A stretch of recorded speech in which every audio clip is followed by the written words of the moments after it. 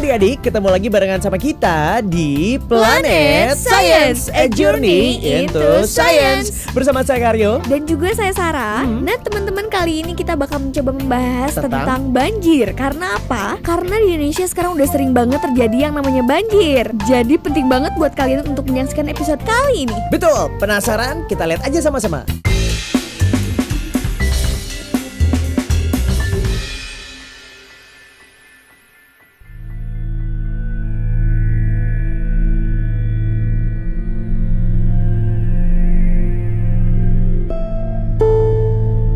Aduh Kak, perasaan nih ya sekarang daerah-daerah di Indonesia tuh banyak banget yang terkena yang namanya banjir.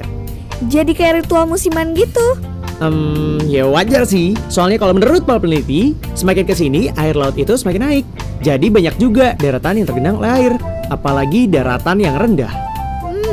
Jadi apa bisa Kak setiap daerah yang tergenang oleh air itu disebut banjir?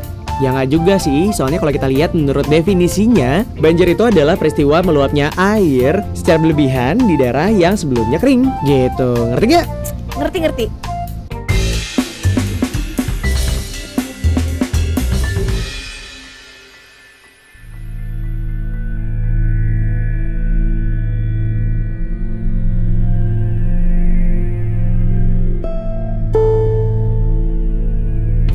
Banjir erat kaitannya dengan siklus hidrologi. Seperti yang kita tahu, air yang ada di bumi naik ke udara lewat penguapan dan menjadi awan. Lalu, uap air ini ditiup oleh angin ke daratan dan turun lagi dalam bentuk hujan. Hujan akan jatuh ke permukaan tanah dan sebagian hujan itu akan terserap oleh tanah, atau yang biasa disebut dengan infiltrasi. Pada kenyataannya, tidak semua air hujan bisa diserap oleh tanah. Air yang tidak bisa diserap akan menjadi aliran yang disebut aliran permukaan. Air ini akan mengalir menuju permukaan tanah yang lebih rendah lewat berbagai saluran.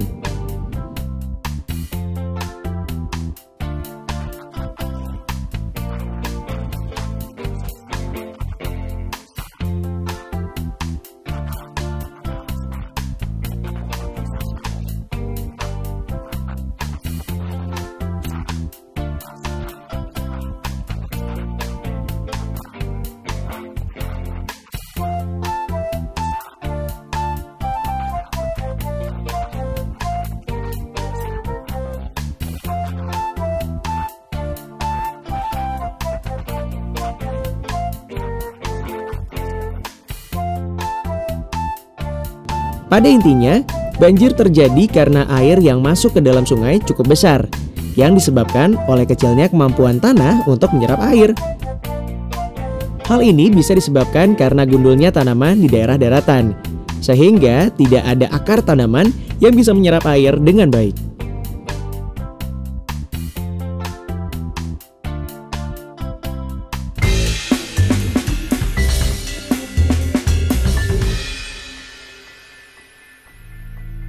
Banjir sering terjadi terutama saat musim hujan. Dan banjir akan mengalami siklus tertentu yang terus terulang. Maka dari itu, banjir bisa diperkirakan dan diamati. Salah satu alat yang digunakan untuk mengamati banjir adalah hidrograf. Alat ini akan menyatakan besarnya debit sungai per satuan waktu.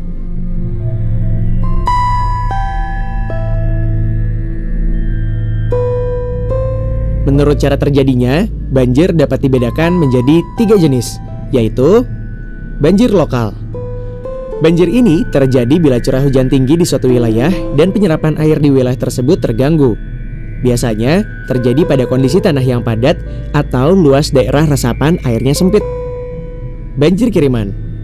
Banjir ini biasanya terjadi akibat sungai yang tidak mampu lagi menampung aliran air lantaran debit airnya yang sudah melebihi kapasitas. Akibatnya, air akan mencari tempat lain seperti terusan aliran sungai atau sisi kanan dan kiri sungai yang biasanya merupakan daerah dataran banjir. Banjir pasang air laut.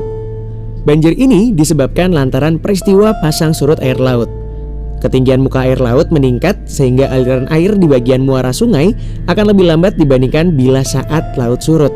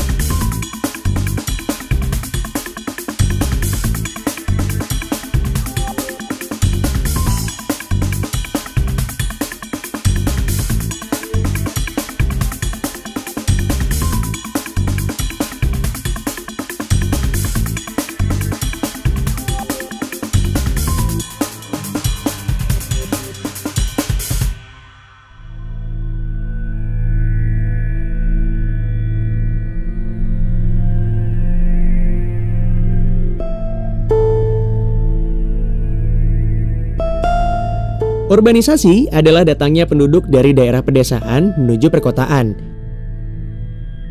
Bila mereka sudah datang ke kota, mereka perlu perumahan sehingga pada akhirnya di kota banyak dibangun perumahan yang lokasinya kadang berada di tempat resapan air.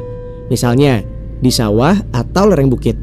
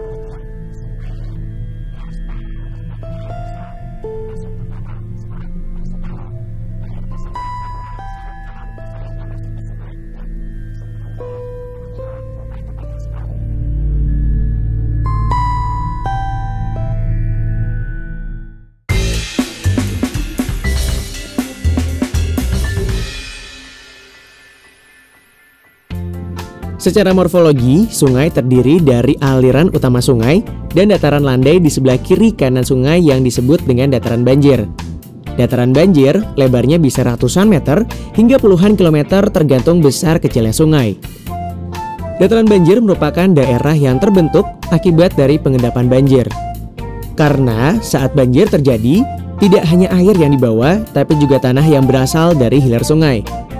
Akibatnya, dataran banjir merupakan daerah yang subur bagi pertanian. Mempunyai air tanah yang dangkal hingga cocok sekali bagi pemukiman dan perkotaan. Manfaat ekonomis dari dataran banjir membuat daerah ini dijadikan tempat hunian oleh sebagian orang. Selain itu, faktor pertumbuhan penduduk dan terbatasnya lahan juga meningkatkan jumlah hunian di dataran banjir.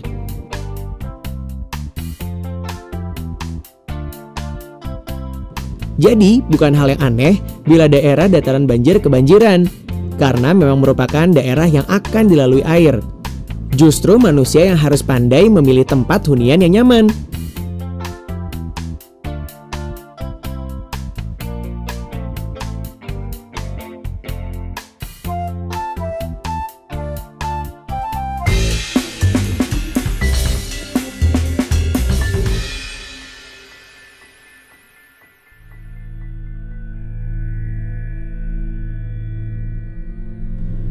Sekarang kita akan mencoba membuat sebuah biopori. Inilah cara kerjanya. Buatlah lubang pada tanah sedalam 80 cm dan diameter 10 cm.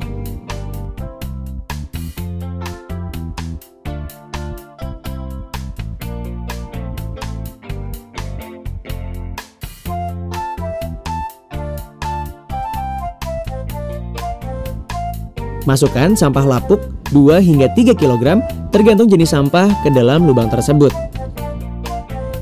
Biarkan selama beberapa minggu.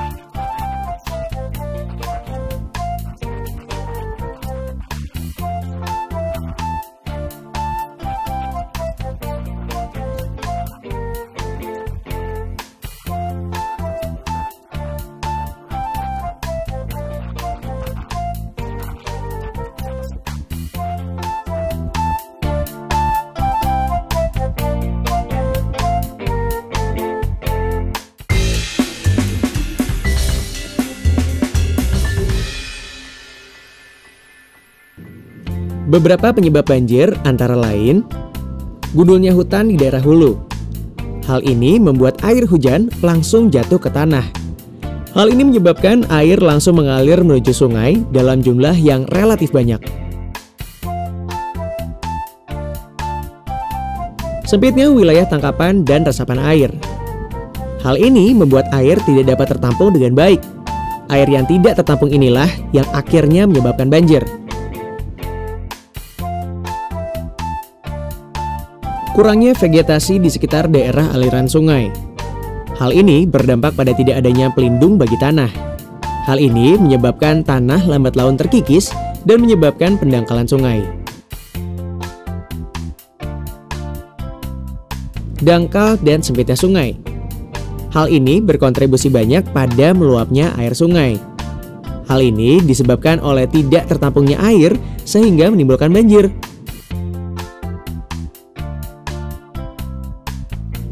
Tingginya curah hujan. Peningkatan curah hujan ini tidak diimbangi dengan wilayah tangkapan dan resapan air yang memadai. Hal ini menyebabkan debit air yang jumlahnya lebih besar dari biasanya tidak tertampung dengan baik sehingga kerap kali menyebabkan banjir.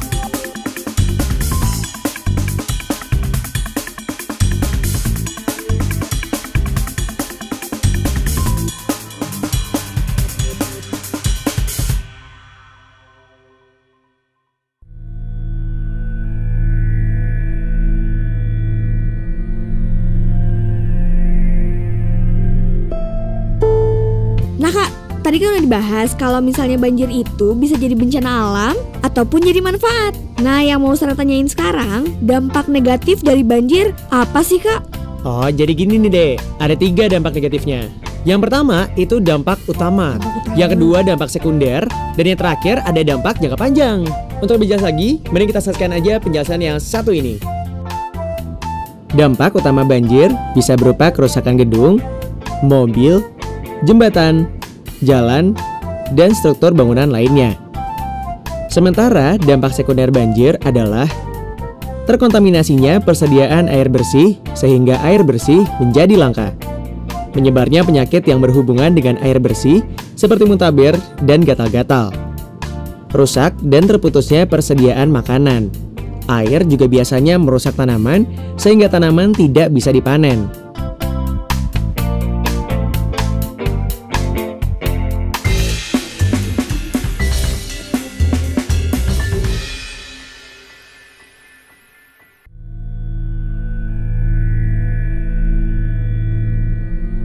Kita akan mencoba membuat menara detektor banjir.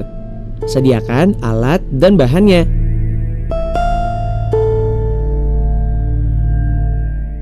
Sumpit kayu 4 batang sama panjang, stik es krim masing-masing berukuran 8 cm 4 batang, 6,5 cm 4 batang, dan 4,5 cm 4 batang. Kabel kecil 20 cm, 8 cm, dan 3 cm. Lampu kecil 1,5 volt dan dudukan lampu. Baterai 1,5 volt untuk dudukan baterai. Kawat penghantar 8 cm. Styrofoam 2x2 2 buah. Seng sebagai penghantar listrik. Plastisin. Lem bakar. Lilin. Korek api. Kertas karton 2 potong untuk atap menara dan lantai kedua. Sedotan minuman diameter 0,5 cm sepanjang 5 cm. Selotip. Wadah. Dan air. Cara kerjanya. Lem bagian ujung stik es krim membentuk segi 4 sesuai dengan ukuran masing-masing.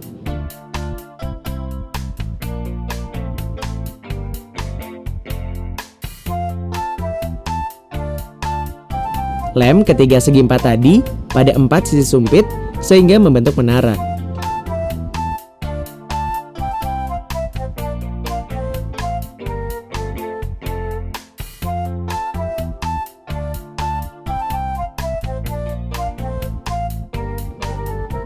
Pasang karton pada lantai kedua dan ketiga dari menara.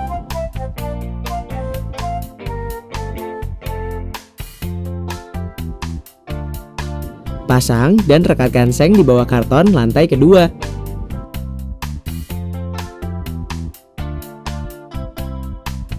Masukkan sedotan ke dalam styrofoam, lalu tempelkan styrofoam tadi pada bagian bawah seng. Tusuk styrofoam dengan kawat. Buat lubang kecil di tengah karton pada lantai ketiga. Pasang kabel 8 cm dan 20 cm pada dudukan lampu, lalu masukkan ujung kabel tadi pada lubang kecil di karton. Balut dudukan lampu dengan plastisin. Hubungkan kabel 8 cm pada salah satu kutub baterai. Pasang kabel 3 cm pada kutub baterai lainnya, lalu hubungkan pada seng.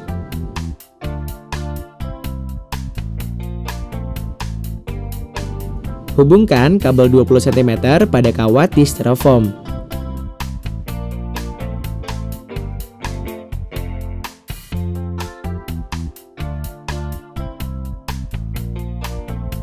Masukkan kawat yang sudah ditusuk dengan styrofoam dari bawah sedotan agar bisa terapung saat air mulai naik.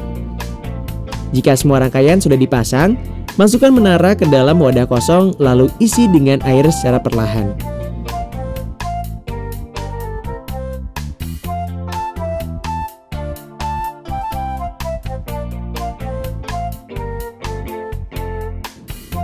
Menara detektor banjir seperti yang kita buat ini berfungsi sebagai alat yang memberi peringatan dini datangnya banjir pada masyarakat.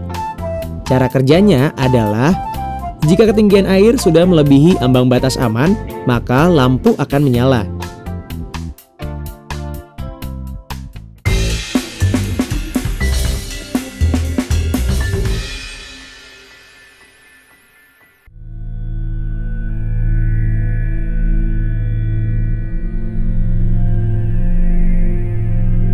Sekarang ada beberapa tips dari kita untuk mencegah banjir. Menanamkan paradigma air hujan sebagai aset dan sumber daya bernilai tinggi yang harus dikelola untuk kesejahteraan masyarakat. Mengubah pandangan tradisional bahwa air hujan adalah gangguan yang harus dibuang.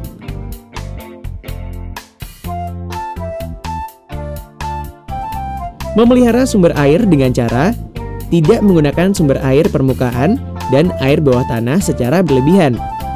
Menampung air hujan sebanyak mungkin untuk berbagai keperluan dan juga menanam pohon.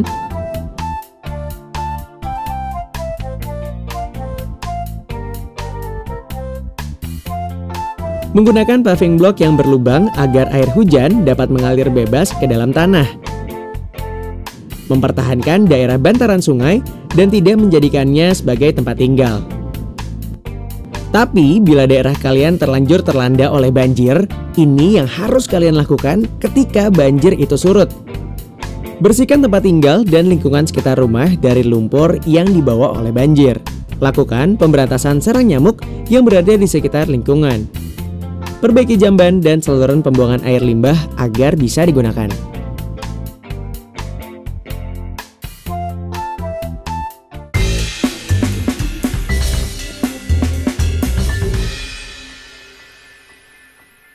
Nah, sekarang Sarah sudah paham kan tentang banjir? Udah dong kak. Oke, sekarang kita coba tes ya. Apa jenis-jenis dari banjir? Jenis banjir itu ada 3 kak. Yang pertama adalah banjir lokal, banjir kiriman, dan juga banjir pasang air laut. Nah, kalau penyebabnya apa aja coba? Penyebabnya yang utama ada 5 kak. Yang pertama adalah pengundulan hutan, sempitnya daerah resapan air, terus juga kurangnya tumbuhan di daerah sungai, dangkal dan sempitnya sungai, dan yang terakhir adalah tingginya curah hujan. Wah, mantap sekali. Yang terakhir deh, apa coba fungsi dari biopori?